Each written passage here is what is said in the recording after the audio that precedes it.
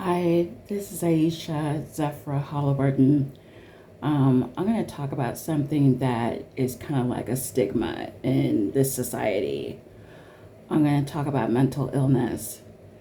In 2009, my life was just in shambles. Um, oh, by the way, if you want to like or subscribe to this channel, because I'm going to be on this channel a lot. But getting back to my story, about 10 years ago, my life was just in shambles. I lost my job. I lost my home due to the big housing market drop. I was getting a divorce. I was separated, and I had a miscarriage. And my father died all within a year. And while I was very fortunate to live with my sister for a while, and I was with her, and I was very depressed about what was going on. And for like a couple weeks, I kept hearing like thoughts of, you should take your own life. This is just too hard. You should really do it. And the thought was just getting louder and louder and more repetitive. And it was just almost like an obsession. Like, you should really die. You should just kill yourself now. And so I was very scared of this, and I didn't know what to do. I asked my sister to take me to the hospital. So I did, and while I was there, the hospital, which this is kind of like how this big conspiracy of being misdiagnosed happened to me. While I was in the hospital, um, I tell them what's going on, and they asked me about my family history. And, I told them that my dad had PTSD, and he was later diagnosed with schizophrenia due to him being in the war and in the Vietnam War. And my mom didn't have any history of mental illness or any problems. And so they immediately said, "Oh, you must be having the same issues that your father's having." Like, that was their medical diagnosis. And so they're like, "Oh, those thoughts that you're having, that was suicidal ideation, you must be hallucinating. So we're just going to give you the strongest medicine that we can provide." And the medicine was incredibly strong. I slept at the hospital at least 13 hours a day. And they sent me home with these incredibly strong meds. And I had two young children to take care of. And they wanted me to be on this medication. They just gave me this diagnosis. And by the way, while I'm there, they made me watch a video that's totally unrelated to my diagnosis about bipolar disorder. And it was a very depressing video. It just said that people with bipolar do not find relationships in life. They may have one or two friends. They're very antisocial, and they never finish school. They never finish anything. Their life is just, this is how it is. And by the way, she was telling me, by the way, my diagnosis, I have a 40% chance of morbidity, I mean. So it wasn't like how other people get a diagnosis and they can talk about it online, and like a cancer patient talks about them being a cancer survivor, or that they are going to survive their cancer. I just get this diagnosis, and a very bleak possibility that I could die. And this was at age 34. And they never told me, look, you have your whole life ahead of you. This diagnosis, it's just a diagnosis. It's not who you are. It was none of that. It was just take these pills every day so you can stop hearing the voice of you trying to kill yourselves. Just stop doing that. And therapy sessions were just so unproductive. Daily, I had to go to therapy sessions, and I was surrounded by a bunch of people that were very depressed and were talking about their depression, but it was like there was no hope there. And the therapist would just let them talk, and this therapy session would last for several hours. And so you were just hearing very traumatic life experiences from various patients for hours, and there was no break. It was very, they didn't allow you to go to your room and lay down after they give you these pills that could sedate you. There was nothing like that. And there was always someone, a patient, getting angry at you if you had visitors come see you to just check on you. My family checked on me all the time to make sure I was okay.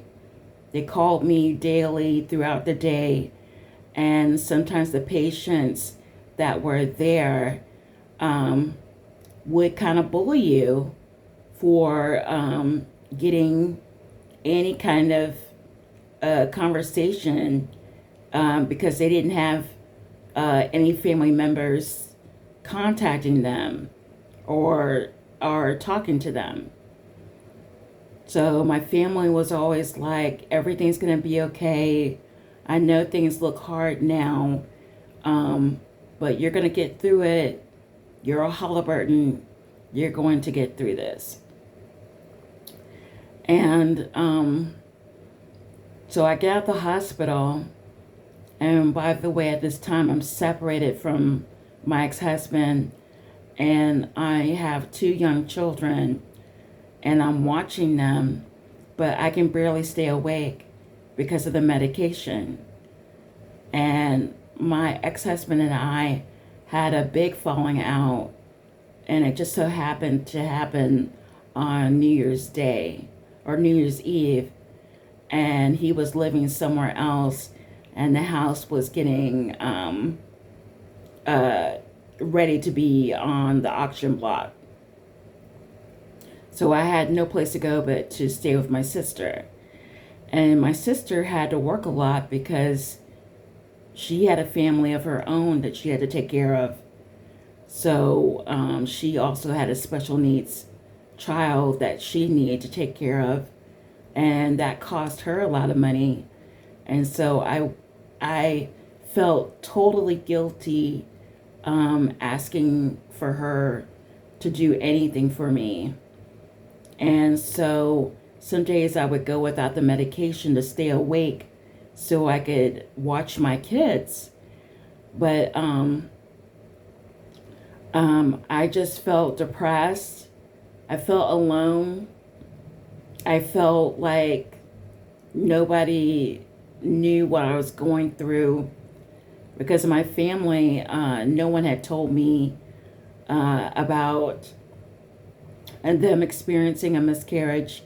They never had that experience, so it was very lonely, and I felt defective because I couldn't continue the pregnancy. So a lot of feelings were just rushing through my mind, but my main feeling was I was concerned about my kids and what life they would have and how their daily routine would be with me. And I could not be consistent because I was so sick. I could not be consistent with them, and I worried about that.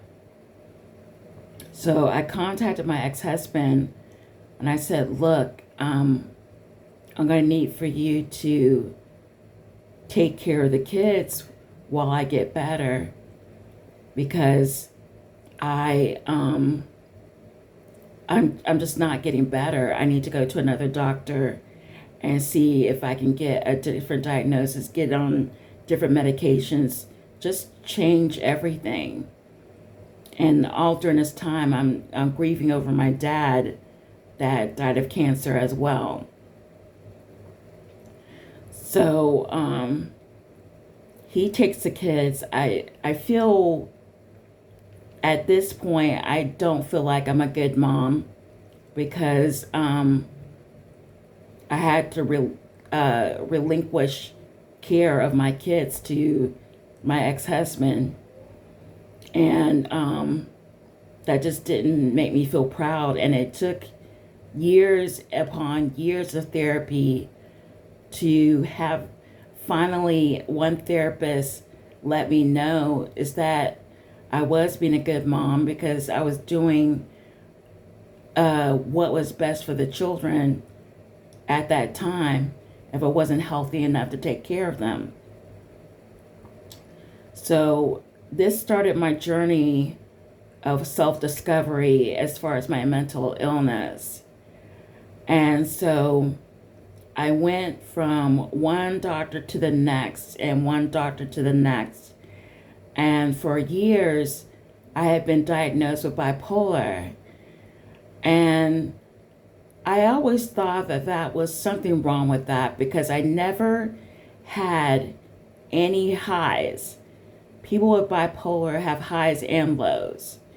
And so, like, sometimes they may think that they're on top of the world. They have a lot of energy and everything is wonderful. And then they crash and they think everything is horrible. So they have extreme highs, extreme lows. And I never had that. I was just extremely low energy, low thought process about life.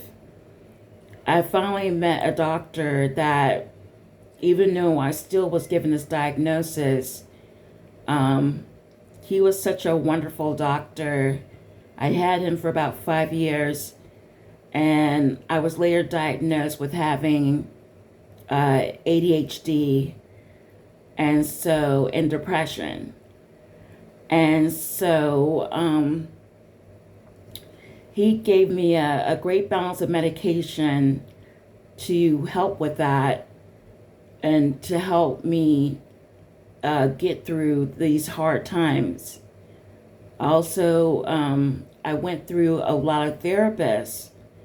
And I mean, I'm serious. I had to fire so many therapists at that time because they just weren't listening to me, or they didn't believe like what happened to me in my life. I didn't have a good therapist for 10 years. I just recently had a good therapist, and I had to let her go because she wasn't under my insurance. But she's the only one I can remember that would call me all the time to check on me, to make sure I'm okay. And she's the only one that would give me confidence to tell me I could finish school. I can have a healthy relationship. I can have friends. And I can have a life beyond this. This is just one little part. And I think she really gave me the confidence to explore different avenues as far as my treatment and as far as my care. And I just happened to be going online, and I checked out this medical center that has centers all over the world, but they're mainly based in London. And I did a series of very extensive tests, and the extensive tests determined that I have Asperger's. And so that just made me tear up, because all my life I have thought that I've had all these issues. And with bipolar, people treat you so bad. I was asked when I went to therapy one time, I was asked if I got out of hand, how would I like to be restrained? And I'm not even a violent person. And then I was asked so many times when I went to the doctor, how many times have you been in trouble with the law? How many times have you been arrested? And I don't have an arrest record. I have no history of that. So that really took a blow to my self-esteem, to be asked these questions as if I'm a criminal. And to find out that I have Asperger's, it puts so many things together for me. All the clues, all the things that I do, it fits my reality. And it irritates me that as a Black woman, I was just, throughout these 10 years, just treated like I was a second-class citizen. And no one even bothered to test for that, not even thinking about that. And I had thought about that a couple years ago, but I kind of put it out of my mind, because I thought that, well, I can't have autism because autistic people do this, they do that, and I don't fit that, but I really do. And it just puts a lot of things together for me. It doesn't mean that my life is going to be any easier. It just means that now the puzzle of what's wrong with me has been finally put together. So now I can talk to a therapist about getting the right kind of therapy for myself, a therapy that incorporates my symptoms with having Asperger's and my symptoms of being depressed. But it's been incredibly hard. I have been, in many years, I have been called by my in-laws, or my former in-laws, or I shouldn't even say it's them. I have just been called by my ex-husband crazy. I have been called a bad mother, that I have abandoned my kids, and that I will never be good enough for them. And I've had to deal with that for 20 years. I've had to deal with that. And now I am working somewhere where I am asking for accommodations. At first, I kind of didn't want to ask for accommodations for myself, because there's still bigotry out here for people with mental illness. And it's that if you say that you have a disability, people do not want to hire you. And another thing is that People do not want to give you a chance. And I've been in customer service for 30 years. And that's not really a job that's made for my mental health. I do a lot of masking to get through those jobs. I've just learned to mask a lot. And for people that don't know, masking is like you're acting.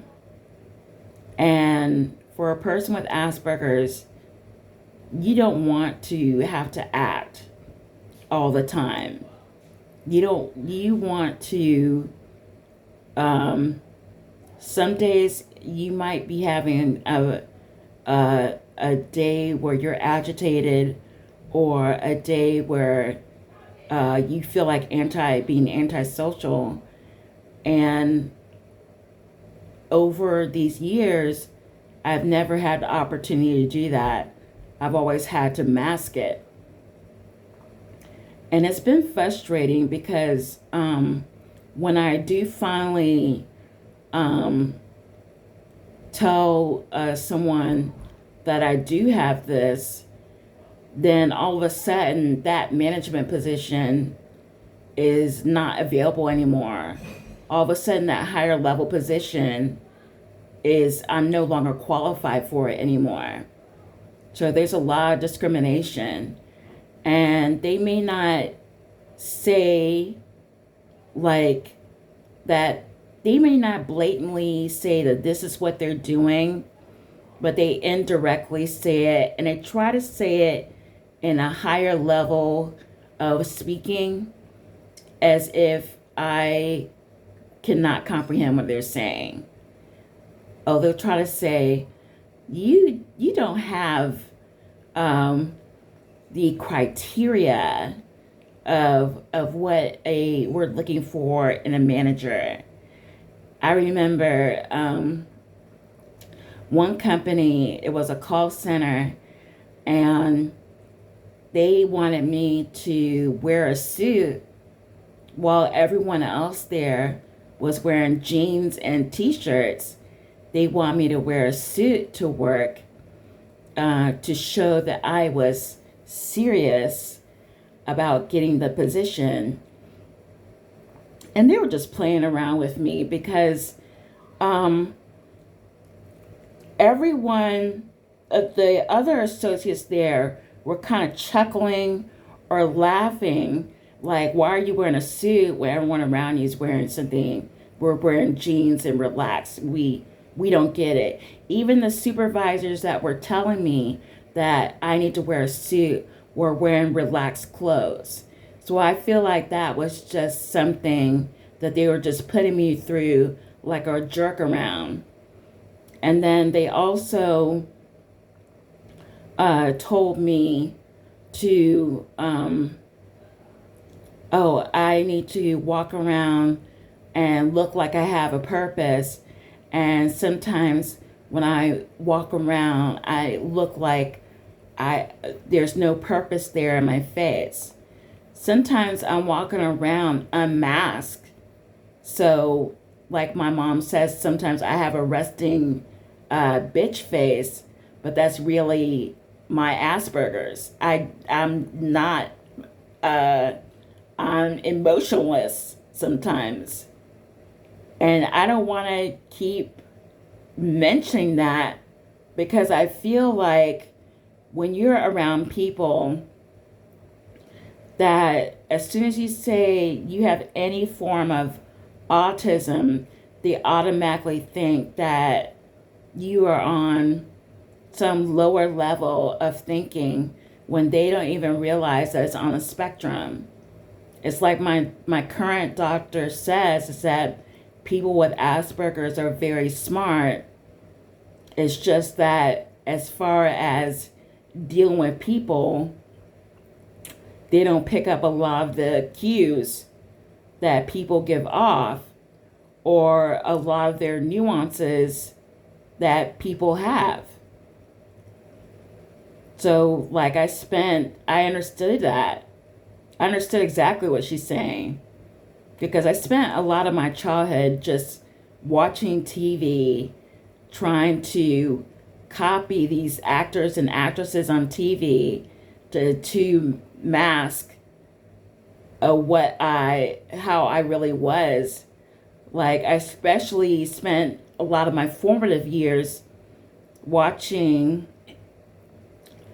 the Oprah Winfrey show, and I copied a lot of what her mannerisms. I used to study her mannerisms and how she spoke, and I copied her a lot. And people would call me, like in my previous jobs, "Oh, she's like a little Oprah." I copied her so well, but it wasn't like uh, a total mimic where I was copying her, but I wasn't good at it. I was good at it. And then I had compliments when I worked in sales, that I was a natural. Like, they thought you could be an actress. You could truly be an actress. And I knew that because I had acted my whole life. Because there was no area, there was no part in my childhood, nothing that allowed me to act the way I wanted to act, because the way I wanted to act was not considered normal by society. It wasn't considered normal by family members. It wasn't considered normal by people I went to school with or teachers. So I was constantly masking, and it gets exhausting. It gets very exhausting. There's sometimes I go to work and I'm masking, and I am just like, when I get off from work, I'm just tired. I'm just really tired. And I like my job. Don't get me wrong, I like my job. It's just that it causes me to mask a lot, and sometimes that's just exhausting. Some days I would like not to have to mask it, but if I don't mask it, then I come off as being rude, transactional, or non-empathetic, because I'm quick to point out patterns, and I'm quick to point out lies, and I'm quick to point out discrepancies in what people are saying. I mean, sometimes it's just so obvious, but I'm learning that I cannot do that. So I can't do that. I have to mask it and wrap it up in a bow. And it's not my company's fault. That's just how it is in the society. They are not ready for different people, and they don't want to hear how you're different. They want you to conform, and they don't understand why you can't conform. And there's not spaces created for you to be what you want, to unmask. Especially not for a black woman. There's not spaces for that. There's spaces for kids. I get a lot of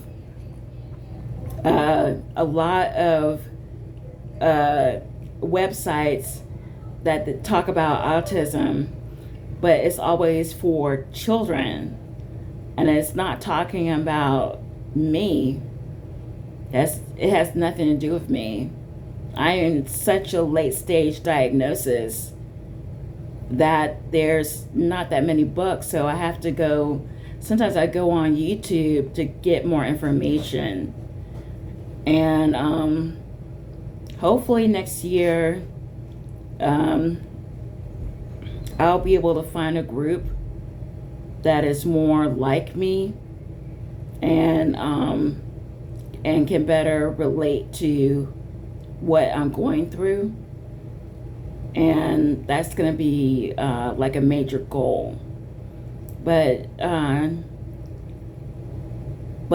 it, like, at first it just made me angry that going through all these doctors and going through all these specialists and being misdiagnosed for years, and no one even thought, they didn't bat an eye at it, because they just kept comparing me to my family history. And it's almost like, for some people, I recommend that you do not, if you're going in for like a mental health check, I do not recommend that you put your family history of mental health. I do not recommend that. Because just because your parent had something, that totally does not mean that you have it. Because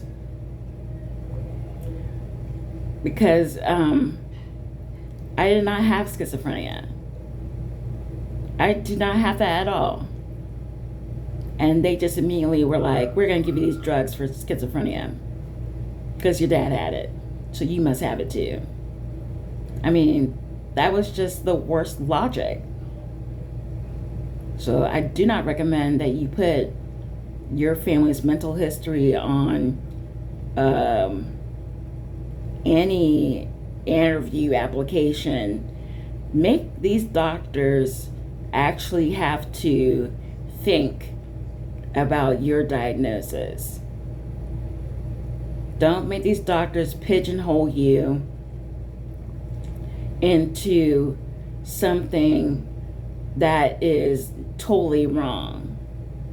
And that's what happened to me. And I know another reason this happened to me is because I'm Black.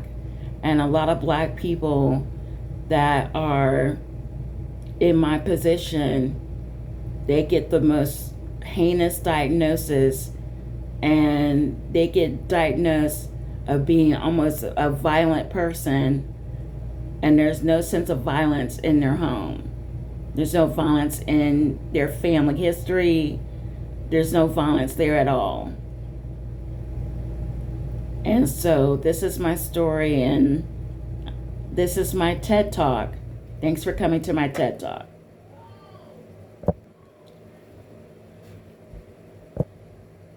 Oh, sorry. I don't know how to stop this.